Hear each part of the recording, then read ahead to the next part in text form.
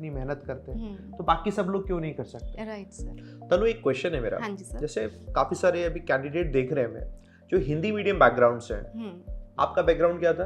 Sir English था through out. Okay, तो आपकी इंग्लिश ऑटोमेटिकली पहले से ही अच्छी होगी। हाँ जी सर। फिर भी आप बताइए, आपने उसको और इम्प्रूव किया होगा, तो कैसे किया इम्प्रूव, और बाकी स्टूडेंट को कैसे करना चाहिए? राइट सर, इंग्लिश अच्छी थी बट बैंकिंग में कैसी आती है वो तो आप जब मॉक्स देखोगे तभी आपको समझ में आएगा। तो मैंने भी जब मॉक्स अटेम्प्ट करती थी तो अपनी वीकनेस, जैसे होता है ना इंग्लिश में ना, आपके गलतियां होने के चांसेस सबसे ज़्यादा हाई होते हैं। आपको लगता है ये भी सही है, ये भी सही है। कुछ बच्चे हैं सर, वो पूरा 40 आउट ऑफ पूरे क्वेश्चंस अटेम्प्ट करके आते थे, लेकिन ये चीज़ मैंने एक्चुअली लिख के अपनी नोटबुक में लिखा हुआ था, और प्रीलिम्स से पहले, मेन से पहले वो नोट्स में पढ़ के जाती थी कि नेवर एवर, अगर तुम्हें लग भी रहा है कि ये सही है, 99% भी लग रहा है तो भी 90% लग रहा है तो उसको अटेम्प्ट नहीं करना है। गलती होने के चांसेस इंग्लिश में बहुत ज़्यादा होते हैं। तो मैं ये, क्योंकि मुझे ना वो जैसे होता है ना कि फील आ जाती थी कि ये गलत है ये सही है, लेकिन इतना भी फील पे रिलाई नहीं करना था।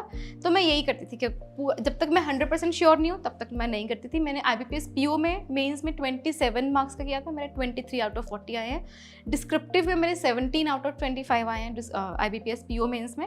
अभी SBI का आई डोंट नो कितने आएंगे, बट दोनों मेरे अच्छे गए थे। लेकिन जो लोग हिंदी मीडियम से हैं वो ये ना समझे कि मैं तो पहले से ही रेस में आउट हो गया। It's not that. अगर आप पढ़ रहे हो ना इंग्लिश को, एडिटोरियल्स पढ़ रहे हो, अपनी जैसे रीडिंग कॉम्प्रिहेंशंस में क्या होता है कि आपको जल्दी जल्दी स्किम पर करके या फिर पढ़ के क्वेश्चंस को करना है। अगर आप शुरू से ही अपनी रीडिंग हैबिट डेवलप कर रहे हो, कुछ लोग नॉवेल्स पढ़ते हैं, मुझे लगता था कि एडिटोरियल्स बेटर है क्योंकि उससे आपका एक तो 3 चीज़ें हो जाती थी, रीडिंग का प्रैक्टिस हो रहा है, वोकैबुलरी का प्रैक्टिस हो रहा है, प्लस GA, क्योंकि आप तो करंट अफेयर, वही जो अभी एडिटोरियल्स आ रहे होते हैं वही आप लेटेस्ट वाले पढ़ते हो ना, उसमें सब करंट अफेयर्स के भी बहुत सारे क्वेश्चंस कवर हो जाते हैं। इनफैक्ट मेरे साथ ऐसे हुआ, IBPS PO मेंस में एक क्वेश्चन आया था जो मैंने अपने करंट अफेयर्स में नहीं पढ़ा था, उसमें एडिटोरियल्स में पढ़ा था। तो उस एडिटोरियल से मुझे लगता था कि 3 चीज़ें सॉल्व होती थी, तो मैंने रोज़ पढ़ा है एडिटोरियल। तो यही है कि जो इंग्लिश मीडियम से नहीं भी बिलोंग करते हैं उनको सिर्फ अपनी reading habits, rules of grammar पे वर्क करना है। जो 120 rules of grammar very famous, वो उनको याद करके, याद नहीं करना, उनको याद करके प्रैक्टिस भी करना है, इम्प्लीमेंट करना है। तो यही है, क्योंकि इंग्लिश अगर आप अपना अच्छा बना लोगे ना, आपको क्रिटिकल रीजनिंग में भी हेल्प मिलेगा। क्योंकि अभी जो मुझे लग रहा है दोनों एग्जामिनेशन के मेंस में क्रिटिकल का बहुत ज़्यादा वेटेज था, तो क्रिटिकल अभी से अच्छा करना चाहिए। इंग्लिश, इसका मतलब आपको इंग्लिश अच्छी करनी चाहिए। तो यही है कि हिंदी मीडियम वाले बच्चे किसी से वो नहीं है कि हम कि हम बैंक की, मैक्सिमम बच्चे होते हैं कि हम RRB PO देंगे क्योंकि इसमें इंग्लिश की वजह से। हाँ जी, तो हाँ, कोई डरने वाली बात नहीं है। डरने वाली बात नहीं। इनफैक्ट इंटरव्यूज में क्या होता है कि पूछते हैं कि यार इंग्लिश में दें, मैं तो हिंदी में ज़्यादा कंफर्टेबल हूँ, GD में क्या होगा। तो मुझे भी यही था, तो वैसे मेरा मोड ऑफ कम्युनिकेशन इंग्लिश मैंने रखा था, लेकिन वहाँ पे अब ये तो है नहीं कि sir we are very much fluent in English, कि हाँ हम रोज़ इंग्लिश में बात कर रहे हैं। मेरी तो बल्कि मदर टंग भी पंजाबी है, पंजाबी में बात करती हूँ घर पे। तो जब GD स्टार्ट हुआ है ना, तो दोनों इसमें SBI में GD जब स्टार्ट हुआ, I started with English, but gradually जैसे कुछ पॉइंट है जब आप बोल रहे हैं तो ये मतलब आई am not that much fluent, है ना, तो मेरा स्विच हो गया था हिंदी में। हर किसी का होता है। हाँ जी, we are not English speakers, है ना। तो वही था कि जैसे वहाँ पे they are not there to जज your knowledge, they are there to जज योर कॉन्फिडेंस। आप हिंदी में भी बोल रहे हो ना, आप ऐसे कॉन्फिडेंस में बोलो कि हाँ उनको लगे, जो आपको वहाँ पे बैठ के देख रहे हैं, दो मेरे टाइम पे हाँ पैनलिस्ट होते हैं SBI PO में, 2 पैनलिस्ट वो ऑब्जर्व करते हैं, फिर वो मार्क्स देते हैं उसी के बेस पे ना, GD दोनों में।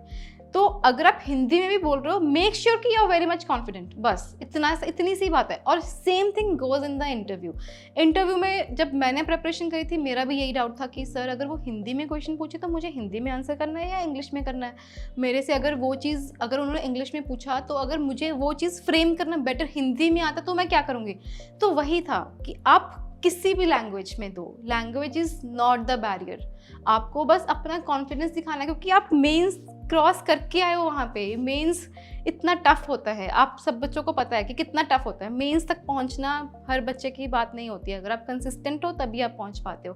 तो इंटरव्यू इज एक्चुअली वही, जैसे वो बोलते हैं कि हाथी तो निकल गया पूंछ ही बची है, बस वही है, उतना सही है सर। इंटरव्यू कोई टफ टास्क नहीं है। आपका इंटरव्यू में कोई ऐसा कोई क्वेश्चन जो आपसे पूछा गया हो जिसका जवाब आपको लगता है कि यार सबको पता होना चाहिए, ऐसा कोई क्वेश्चन?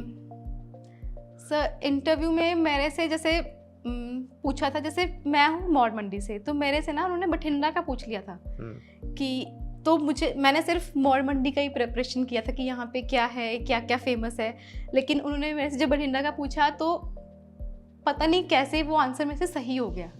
तो पता नहीं कैसे वो होता है ना, शायद आपके सबकॉन्शियस माइंड में वो चीज़ होती है। वहाँ पे एक फोर्ट है, उन्होंने पूछा कि वो फोर्ट जो है वो किसके नाम के ऊपर है। मैंने थोड़ा सा सोचा, मैंने रज़िया सुल्ताना बोल दिया एंड ही वाज लाइक बस यही सुनना था। मैंने कहा चलो ठीक है, बट मुझे लगता है ना आपको उसी एरिया का नहीं, पूरा अपना जो डिस्ट्रिक्ट है, पंजाब की न्यूज़ मैंने पूरी याद करी थी, लेकिन बठिंडा को पता नहीं मैंने छोड़ क्यों दिया। तो उन्होंने मेरे से, क्योंकि जो मेरा होम टाउन है सबको नहीं पता है, no one knows, it's not that a very much popular नहीं है, तो इस वजह से तो मैंने लेकिन उसी का प्रिपेयर किया था। तो उन्होंने, तो मुझे लगता है कि इंटरव्यू के टाइम पे आपको बहुत कॉम्प्रिहेंसिवली प्रिपरेशन करना है, अपने होम टाउन की चीज़ें नहीं, अपना डिस्ट्रिक्ट और अपना स्टेट सब कवर करना है। एंड आपका जीडी में टॉपिक क्या था? सर मेरा जीडी में टॉपिक था कि customer expectation in banking versus e commerce platforms like Zomato, Amazon. तो वो इजी टॉपिक था, कोई टफ टॉपिक्स नहीं आते। और अगर मैं बताऊं डिस्क्रिप्टिव में भी बहुत ज़्यादा टफ टॉपिक्स नहीं आते हैं। क्या बोला था इसमें, क्या है कस्टमर की एक्सपेक्टेशन वर्सेस दोनों में? राइट सर, तो मैंने ऑब्वियसली आप बैंकिंग में जॉब करने जा रहे हो तो आपको थोड़ा सा अपना माइंडसेट वैसा बनाना पड़ेगा, है ना। तो मैंने बैंकिंग के प्लस पॉइंट्स बोले थे, लेकिन ये नहीं कि आप बैंकिंग के ही प्लस पॉइंट्स बोल रहे हो, साथ में थोड़े से नेगेटिव भी बोले थे कि थोड़ा सा इम्प्रूव करने की भी ज़रूरत है। जीडीजी में क्या होता है ना सर, आपको वहाँ पे ये नहीं कि आपको अपने पॉइंट्स रखने हैं, वो आपकी कन्विंसिंग पावर देखते हैं कि आप कितना कन्विंस कर पा रहे हो जो आपके बाकी 9 मेंबर्स हैं वहाँ पे बैठे हुए। आप वहाँ पे ग्रुप डिस्कशन को डिबेट में कन्वर्ट नहीं कर रहे हो। तो ये चीज़ वहाँ पे मेन हो जाती है। मैक्सिमम बच्चे जो होते हैं, मैक्सिमम पैनल्स के जो 10 मेंबर्स का एक ग्रुप बनता है, वो लोग कंसेंसस पे रीच ही नहीं कर पाते हैं। बट लकीली हमारा वो बहुत स्मूथ किया था और कंसेंसस पे रीच भी कर गए थे। दोनों में ग्रुप डिस्कशन भी हुआ था, ग्रुप एक्सरसाइज भी हुआ था, 2 चीज़ें थी, दोनों बहुत स्मूथ गई। सबने अपने मतलब ये भी होता है सर वहाँ पे सबको अपना पॉइंट रखने का मौका दिया जाए। अगर कोई बच्चा नहीं बोल रहा है तो आपको उनको बोलो कि would you like to say something. तो सबको एक इन्वॉल्व करके एक पॉजिटिव वे में अपना ग्रुप डिस्कशन एंड किया जाए। और आपकी ग्रुप एक्सरसाइज में क्या था, इसके बारे में बताइए। हाँ सर, मेरे ग्रुप एक्सरसाइज में ये था कि आप एक चीफ मेडिकल ऑफिसर है किसी एक हॉस्पिटल के, वहाँ पे कोविड लाइक सिचुएशन हो गई है, तो आप वहाँ पे 10 पॉइंट्स थे, उनको आपको अरेंज करना था, जिसमें था कि आप सबसे पहले क्या करोगे कि शॉर्टेज ऑफ स्टाफ हो गया, तो आप सबसे पहले जो आपका आईसीयू वाला स्टाफ है उनको आप हायर करोगे। वहाँ पे इलेक्ट्रिसिटी के भी इश्यूज आ रहे हैं, वो चीज़ पहले ठीक करोगे। कनेक्टिविटी ऑफ द रोड्स ठीक करोगे। तो ये था। तो स्टार्टिंग वाला पॉइंट हम सबका सेम मैच हो गया था कि हम ना वो करेंगे कि आईसीयू वाला जो स्टाफ है उनको हम अपना जहाँ पे ज़रूरत है वो लेके आएंगे। फिर एक था कि सीनियर डॉक्टर्स जो रिटायर्ड है उनको हम लेके आएंगे। तो वो ही था कि वो लास्ट में आएगा, क्योंकि वो तो खुद कोविड के ऐसी सिचुएशन में शुरुआत के 3-4 मैच हो रहे थे क्या सबके? सर मैं वही कह रही हूँ, सभी कैंडिडेट्स का ये होता है कि मैच करवाने हैं, मैच, वो मैचिंग का नहीं देखते हैं, वो आपका शीट देखेंगे भी नहीं। इट्स ऑल अबाउट कि आप कैसे अपने पॉइंट्स पे अपना मना रहे हो और दूसरे के पॉइंट पे कन्विंस हो रहे हो। कुछ नहीं देखते हैं कि वो मैच हो रहा है कि हाँ इसका ये सही है, इसका ये सही है, कुछ नहीं देखते हैं। वो शीट देखते भी नहीं आपकी। इट्स ऑल अबाउट कि आप टीम वर्क में कितना अच्छे हो। ये तो आपका पूरा कंप्लीट है ना? हाँ जी, जीडीजी ये था। इंटरव्यू मेरा अराउंड 12 to 13 मिनट्स चला था। उसमें सबसे पहले मेरा गैप का पूछा था कि आपका गैप क्यों है इतना, कि आप एक्सप्लेन करो कि क्या है ना इसमें नहीं लिखा हुआ। मैंने गैप का, और हॉबीज़ की बात मैं अगर करूँ, जैसे हर एक एस्पिरेंट के जब बायोडाटा फॉर्म आता है, मैं तो पैनिक हो गई थी कि यार कैसे क्या करूँ, हॉबीज़ में क्या लिखूँ।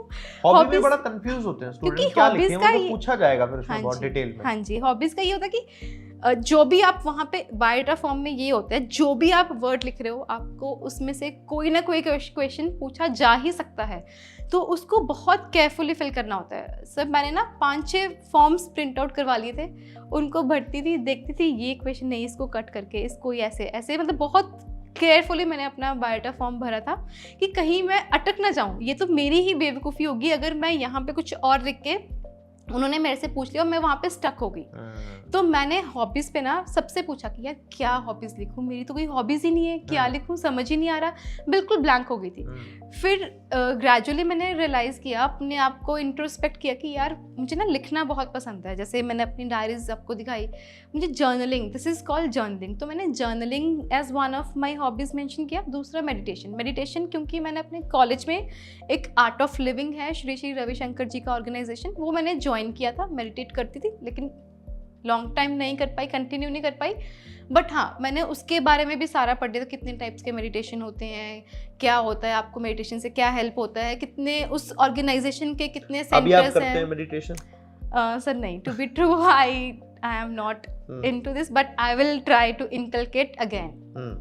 तो हाँ, ये मैंने आर्ट ऑफ लिविंग का सारा पढ़ लिया था, कितने सेंटर्स हैं इन इंडिया, कितने बाहर हैं, सब पढ़ लिया था, कितनी उनकी वेबसाइट रिलेटेड कुछ पूछा था उन्होंने? सर आर्ट ऑफ ये नहीं पूछा मेडिटेशन, लेकिन जर्नलिंग का उन्होंने मेरे से पूछा कि how did journaling help you, कि फिर मैंने उनको ये आंसर किया था सर कि जैसे अगर मैं फ्रस्ट्रेटेड हूँ, मुझे अपने थॉट्स लिखने हैं, तो I would actually open up my diary, वहाँ पे जो भी मेरे थॉट्स हैं, चाहे पॉजिटिव है चाहे नेगेटिव है, सब लिखूँगी।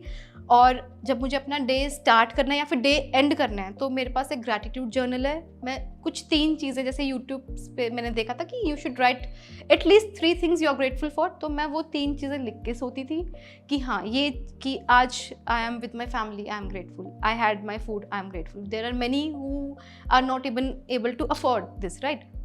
तो ये मैं लिखती थी और उनको मैंने यही बोला था कि सर मुझे एक क्लैरिटी मिलती थी, जैसे मैंने स्टार्ट करना अपना डे उसको रिलेटेड, और रात को सोने से पहले मैं पॉजिटिव माइंड से सोती थी।